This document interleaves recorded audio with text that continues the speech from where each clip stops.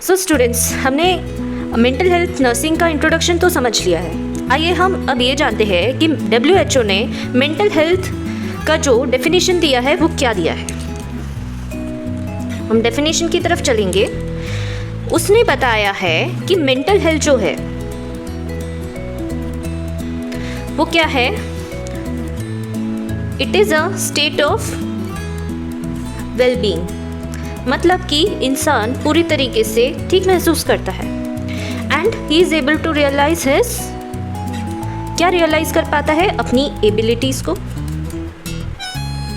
वो साथ के साथ वो अपने हर रोज़ के जो स्ट्रेसेस है या जो कोई भी तनाव आते हैं उससे वो कोप अप कर पाता है।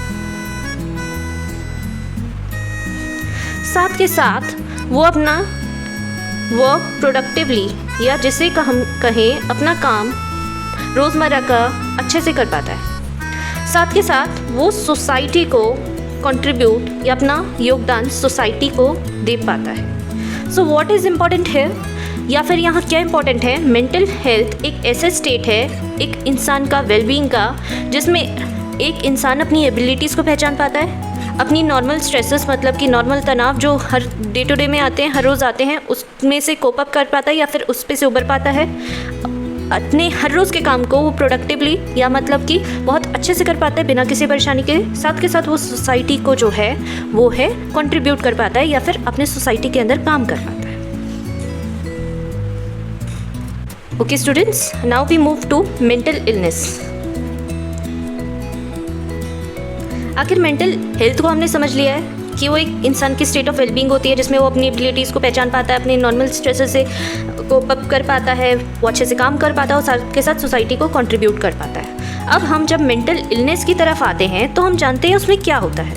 आप जानते हैं इलनेस का मतलब है कोई भी परेशानी या कोई भी ऐसा डिसऑर्डर, या अब इसमें डिसऑर्डर क्या आता है, अब इसमें शारीरिक या फिर फिजिकल डिसऑर्डर नहीं है, इसमें डिसऑर्डर किसका आता है।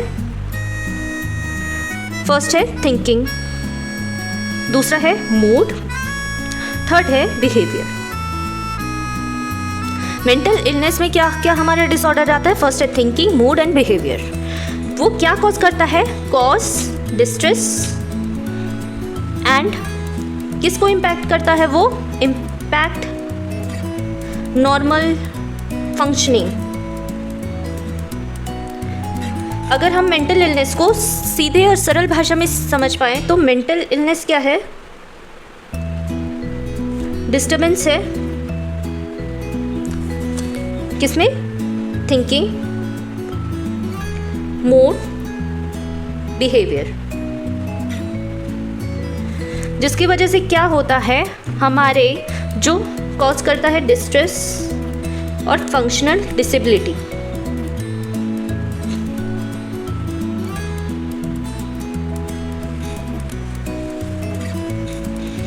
इम्पॉर्टेंट टॉपिक हमारे पास जो ये है कि आखिर अमेरिकन नर्सिंग एसोसिएशन ने क्या डेफिनेशन दी है, जिसे ANA भी कहते हैं, अबाउट साइकाट्रिक नर्सिंग या फिर मेंटल हेल्थ नर्सिंग, जिसे दिया था 1994 में। उन्होंने कहा था कि एक स्पेशलाइज्ड फील्ड है, स्पेशलाइज्ड फील्ड ऑफ नर्सिंग, जिसमें जो है which focuses on diagnosis, treatment and human response. So इसमें ये क्या इंपॉर्टेंट है, इन्होंने बोला था ये स्पेशलाइज्ड फील्ड ऑफ नर्सिंग है जिसमें diagnosis, treatment of and human response important है। साथ के साथ अगर इंपॉर्टेंट पॉइंट देखा जाए तो साइकाट्रिक नर्सिंग क्या है,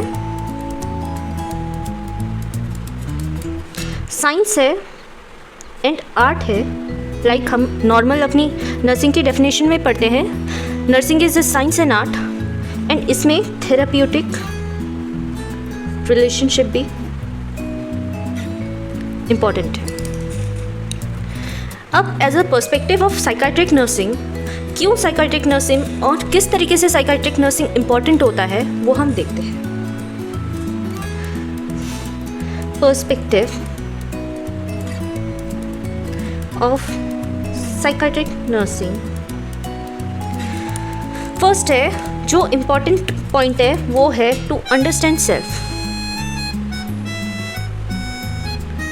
एक नर्स को खुद की काबिलियत या खुद की पर्सनैलिटी को जानना बहुत ज़रूरी है, जिससे कि वो अपने जो है क्या खामियां हैं या फिर क्या उसके अंदर गुण हैं वो उसे पहचान सके, और ये उसकी नर्सिंग में भी बहुत हेल्प करता है। सेकंड जो मेन पॉइंट है वो है व्हाट इज़ हर लिमिटेड या फिजिकल स्किल्स क्या है।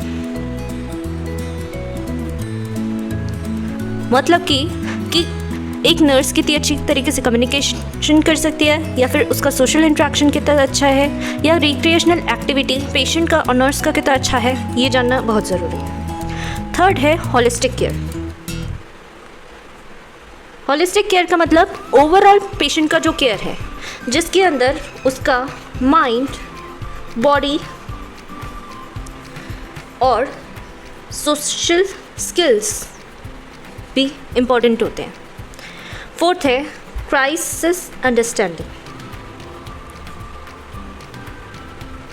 अब क्राइसिस अंडरस्टैंडिंग का क्या होता है? क्राइसिस मतलब कोई भी डिजीज़ या इंजरी जिससे पेशेंट सफ़र कर रहा है, चाहे वो इमोशनल हो, फिजिकल इम्बैलेंस हो, उसको हमें बहुत जानना इम्पॉर्टेंट है कि आखिर किस कारण से वो पेशेंट उस टेंशन से, डिप्रेशन से, किस कारण से, एंजाइटी से वो जो है जूझ रहा है, हमें ये जानना बहुत इम्पॉर्टेंट है। फिफ्थ है कॉमन रिएक्शन। क्या पेशेंट एग्रेसिव है, अनकोऑपरेटिव है, या क्या प्रॉब्लम है, हमें ये जानना ज़रूरी है। छठा पॉइंट है वो है stress effect.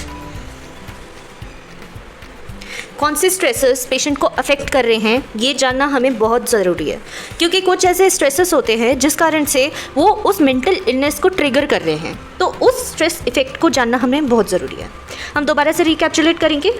Perspective of psychiatric nursing, to understand self मतलब नर्स को अपने आप को जानना पहले ज़रूरत है।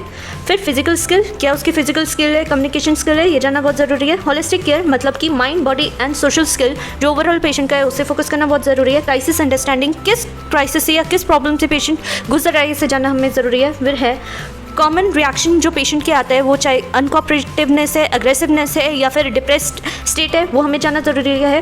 फिर स्ट्रेस इफेक्ट, कौन से स्ट्रेसेस जो पेशेंट को बहुत लंबे समय से कॉज हो रहे हैं जिसकी वजह से वो साइकेट्रिक प्रॉब्लम हो रही है, ये जानना हमें ज़रूरी है।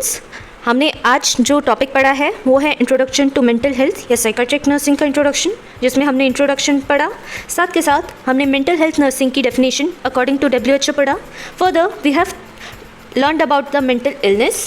फर्दर हमने और पढ़ा कि ANA अमेरिकन नर्सिंग एसोसिएशन जिन्होंने डेफिनेशन अबाउट दी थी साइकेट्रिक नर्सिंग की, वो दी थी 1994 में, उसके बारे में पढ़ा। और साइकेट्रिक नर्सिंग का क्या पर्सपेक्टिव है हमारी नर्सिंग में, ये आज हमने पढ़ा। आई होप आपको इससे समझ आया होगा और आपके बहुत से क्वेरीज जो हैं वो रिजॉल्व हुए होंगे। हम आशा करते हैं ये वीडियो आपके लिए हेल्पफुल हुई होगी। अगर आपको ये अच्छा लगा है तो इसे लाइक करें, शेयर करें, और जो भी आपने इससे सीखा है ज़रूर वीडियो के नीचे कमेंट कीजिए। जय हिंद, थैंक यू।